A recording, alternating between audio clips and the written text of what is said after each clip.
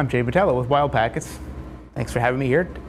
For now, we're going to talk a little bit just about some trends in high-speed networking. There's really just two slides here, and it's really just to kind of get a feel for where things are at.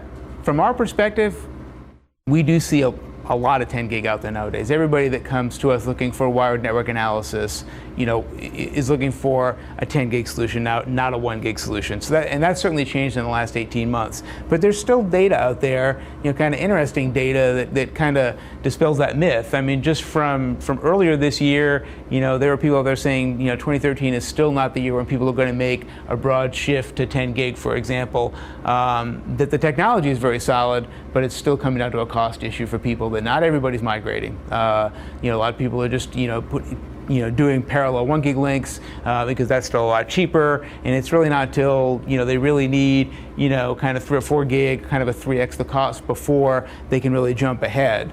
And same thing with some data from later last year. They kind of said the same thing. It kind of went flat late last year with the 10 gig migration. So I bring this up along with a prediction. These were predictions that came from Cisco from several years ago, but they were showing, for example, places like in 2013, it's all blue, meaning it would have been all 10 gig by now. I don't think that's quite true, but the shift is definitely there. From a company perspective, from dealing with customers, we saw a huge shift maybe a year or two ago in Europe. They really seemed to kind of come ahead of us in the U.S. with some of the 10 gig migrations, at least maybe with the customers that we deal with. Some of them are big and on the retail side, and maybe some of the ones that would have made the jump first. But we're certainly seeing it here in the U.S. But it's not a full transition yet, which is good, because I think a lot of these customers need to have some time as well to catch up on the analysis side, which is what we're mostly going to talk about for the rest of the day here. So what is that changing role of packet-based network analysis? As Tim said, that's been our pedigree, starting with EtherPeak on the Mac. And I see you guys are mostly Mac users, and I guess we have to unfortunately say we no longer have a native version on the Mac, but I've certainly had OmniPeak running on a MacBook Air under Parallels. Runs quite well. Not the wireless crowd, but when we did wireless field day, we showed it capturing 802.11 AC natively with our own driver and a little commercially available device, so it definitely runs well on the Mac, and we do have people using it that way as well. But that's been a long transition from there, as Tim said, and hopefully over the next hour and a half we'll be able to draw that out a little bit more. But it's not just software that runs on a Mac or a laptop anymore. We're a company that supplies a full range of appliances for network analysis, for 1 gig, for 10 gig, for network recording. We have a tremendous breadth in the product line. That's really where most of the revenue comes from nowadays. Hopefully I'm able to make that point here today, before we leave. But what are some of the strategies and the challenges as companies have moved from 1 gig to 10 gig with network analysis in general, even whether it's packet-based or even some other form? And there's some great stats here from EMA. One of the first things, one of the ones I liked the most was 41% of the people saying their tools don't even support 10 gig. They've migrated to 10 gig. Tools don't support 10 gig. So, what do they do about that? And we're going to talk a little bit more about that in here. They want to keep the 1 gig tools as long as possible. The issue maybe is being, they can't afford the upgrade to 10 gig. Still less 20% of the people. And only 21% of the people said that they were basically ready for 10 gig with their network analysis tools. So, certainly an issue and an opportunity for us in the market, right? That's really what we're talking about here. So just kind of quickly stepping through, how did it work at 1 gig before people started making this 10 gig transition?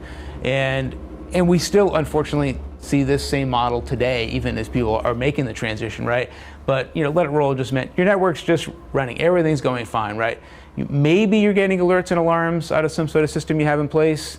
That's why it's in a dash line. Maybe not. Maybe your first step to hearing problems is user complaints, and we still see that a lot come up in surveys from analysts and stuff. That's really what people are still hearing it from first.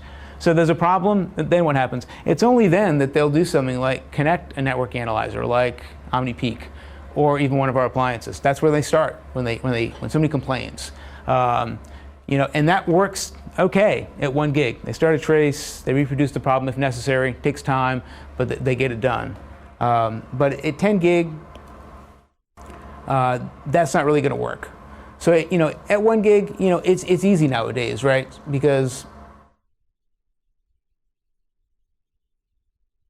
you can use just about any NIC. What do I mean by that? Well, to do this network analysis, right, I'm going to have it running on some sort of computer. I'm going to put that in line, either span port, mirror port, or to a tap, and I have to have a network interface card to take that data off the tap. So at 1 gig, nowadays pretty much any NIC will take care of that. It doesn't matter, inexpensive, not a problem. Almost any computer. Capture and analyze in real time, the speeds are low enough that processing power can keep up with that. Little or no special hardware needed, maybe some taps, but 1 gig taps, not too expensive. No impact on existing traffic. And that analysis on the fly scheme that I talked about is still quite possible at 1 gig.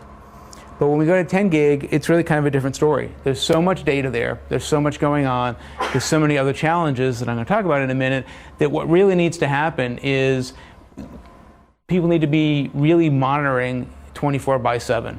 And from WildPackets' perspective, that claim is monitoring at a packet level, 24/7, to be able to capture the data on that network, analyze the data on that network, to be able to solve problems immediately, and to not have to reproduce problems. So when you're monitoring 24/7, you get an alarm or an alert, it's a problem, you just rewind the data. You've already got a recording of all of the packet traffic on the network. Dial back in time just a little bit, you can analyze to any sort of depth that you want to analyze, and I'm going to show some of that in the demo. So at 10 gig, that 24/7 analysis really becomes essential. And so how do we handle those kind of things, or even for any customer, what should the approach be? Well, the approach is typically appliance-based, right? We're going to put appliances out in the network, whether it's network recording devices like our timeline device, or real-time devices like our OmniPlanet core device, but they're all going to operate from the packet perspective. An OmniPlanet core at the right speeds, anything under about 2 gigabits per second, can still do some analysis in real time. Timeline will capture data to disk for network forensics, which we'll talk about later, at 12 gigabits per second with 0 packet loss. We have solutions for virtual as well, which we're going to talk a little bit more about virtual. And of course, we can still operate from a portable perspective. We can still have OmniPeak running on a laptop and go in and do last-minute troubleshooting on a wired network, or OmniPeak running on a laptop to do wireless analysis, which is what most of our wireless guys do. So that's kind of where we're at. But 10 gig, like I say, there are unique challenges with 10 gig for sure. The traditional NICs I mentioned in 1 gig, the network interface cards are there. At 10 gig, network interface cards aren't up to the task.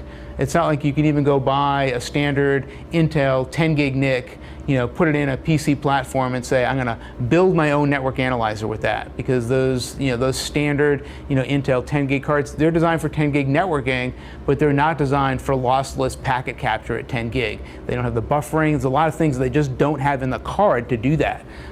These NICs wind up being, relatively expensive parts of the solution.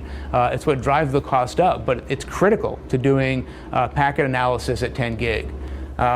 Processing power starts to be a limiting factor at 10 gig. Storage capacity for packets, if you want to store, I'm going to talk about that in a minute to give you a concrete example, but that's a factor. Certainly, I/O and bus speeds, especially for disk writing, is a very limiting factor. That's a challenge that many of us in the industry, in this industry of packet-based network analysis, faced in going to 10 gig. Some of the theoreticals are that for many of the systems, there just becomes theoretical limits for disk writes through the Windows system, and that's it. There's not much you can do, and you have to go to other solutions, to other alternatives, trying to strip out as much as you can, in terms of processing layers, to be able to get as quickly as you can from the first time you buffer packets to a disk.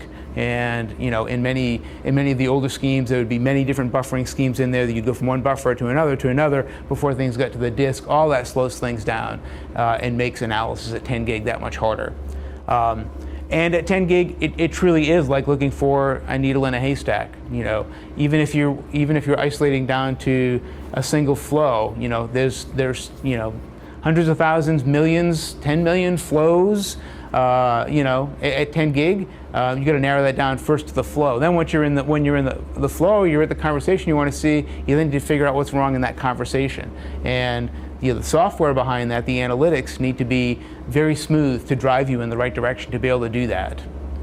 And in terms of importance, EMA, Jim Fry from EMA, one of the industry analysts, would say that packet-based,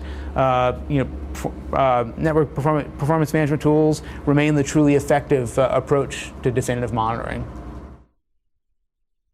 So what are some of the compromises that people have done? We saw earlier, not everybody was ready for 10 gig, right? Well, there's still a number of people that are maybe trying to use the 1 gig analysis tools. They're tending to use 10 gig to 1 gig taps. So some of these aggregated taps, some of the network packet broker material, and breaking those 10 gig streams down to 1 gig. In a lot of cases, if people haven't transitioned to a full tool for 10 gig, they're doing pre-capture filters or that type of thing. And that's dangerous in network analysis, especially when you don't know what the problem is. And if you're not sure what the problem is, starting to do filters and starting to limit the amount of traffic you're capturing, you may very well be missing the problem. And that's really not the proper approach.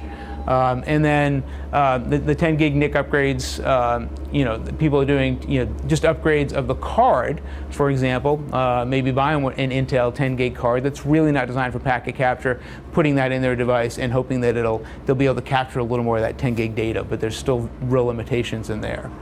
So those are some of the compromises. I mentioned storage earlier in terms of some of the storage, because that's certainly an approach at 10 gig. Is to take all of these packets and stream them to disk and then be able to go back and do post-capture analysis, which I'll show you in a demo here in a minute. If you're going to take that approach, if you were at 1 gig steady state, it doesn't matter what size network you're on, but if you have one gigabit of steady state network traffic, in terms of storage, kind of do the math, you can get about 3 days on a 32 terabyte appliance. It's pretty standard. Go to 10 gig, so no one's ever going to have 100% fully utilized at 10 gig, but you might get close, but just to do the math, at 10 gig, it's down to 7 hours on a 32 terabyte machine. Now, and that's not typically what we find with customers. Customers are usually going to be somewhere in between here. They're going to have a 10 gig link. What we're finding nowadays is most people, even on the 10 gig network segments, are maybe at 3 to 4 gigabits per second is what our guys are finding when they're out in the field. So we're going to be somewhere in between here, maybe a day and a half in that kind of range, maybe 2 for being able to store packets. And that works for forensics. I'll show you how the forensics, and that's 2 days is kind of what a lot of the network engineers want. They want to be able to record for the weekend. Something happens on Saturday night, they realize, they even get an alarm or an alert, and they realize it's not critical, the network's not down, but I'd really like to kind of find out more about that when I go in on Monday morning. Monday morning, they come in, packets are there, dial back in time, and they can go analyze exactly that solution. You're assuming a full packet capture there too, not a slice. Yeah, exactly, not a slice, full packet capture. And slicing is certainly another alternative, and that alternative works a little better sometimes rather than doing filtering out traffic, because you may have traffic that's always encrypted that you can't decrypt. It's done with some sort of custom. We can decrypt some traffic. We can decrypt SSL in wireless. We can decrypt WPA, WPA2, but there's going to be certain traffic maybe that's encrypted with a proprietary algorithm that we can't decrypt. Well, if you know that's on your network, you might as well slice off that payload, because it's not worth saving, right? It's not going to help you in any way, shape, or form. So that helps you get there. And one of the other things in going from 1 gig to 10 gig was that at 1 gig, in many instances, because we still need to have access to those packets, people would do a span port or mirror from a router or a switch, and mainly was okay at 1 gig, but as we go to 10 gig, recommend pretty much in every instance that somebody go with at least a TAP, if not a network packet broker type of box, to be able to gain access to the 10 gig. You really don't want to be putting that load back on the router or the switch at, especially at these 10 gig speeds, to then be able to mirror and span and do the additional processing that's required to do that. So that's the other thing we recommend. So lastly, I think with 10 gig, there's some of the things, and just to summarize where we were just at, with 10 gig, part of it is analyzing the essentials. Like the example we just gave about encryption or decryption. If there's encrypted data, you don't need to analyze those payloads. You're not going to get anything out of that. When you can be specific, if there's certain traffic you don't want, another technique is, maybe over the weekend or even every evening, a lot of backup traffic. But you really don't ever have trouble with your backup traffic. You don't really want to store again a copy of packets for the evening. That's all your backup traffic. Just filter out backup traffic. So another key item, not just to 10 gig, but 1 gig to network monitoring in general. It doesn't even matter if we're talking about WildPackets or whoever at this place, but network baselines and knowing what's on your network. It's another thing that we find in the industry when we're out there. In a lot of cases, when we go in to either do a deployment or work with a customer, they really don't have a good feeling oftentimes for what's on their network. How does it typically behave? Where are the spikes in the day? What are they caused by? Is it an application spikes? Is it some sort of just general usage spike? There's just not often a lot of knowledge about that, and that makes it very difficult then when a problem does crop up, or when an anomaly crops up, because you're wondering, well, how does this compare? Well, if I don't know how it compares, I don't know if it's a problem. So the ability to take baselines are really critical. We can do that from a packet perspective. We can also do that from a flow-based perspective, which I'm going to talk about a little more toward the end of this. Knowing the limits and understanding the difference between real-time and forensic analysis. And I've kind of been bouncing back and forth probably a little bit with that as well. But in real time, we're able to capture those packets and do all of our analysis in real time so that it's available right then, within a second, half a second of when all those packets have come in. Certainly within the realm of a human reaction to look at that data. We can do that up to about 2 gigabit per second. When we get to 10 gigabit per second, we're typically dealing with a forensic type approach, where we're saving those packets to disk and coming back in time. I'm going to show you that. Filter and slice when you can, and of course anticipating the hardware resources.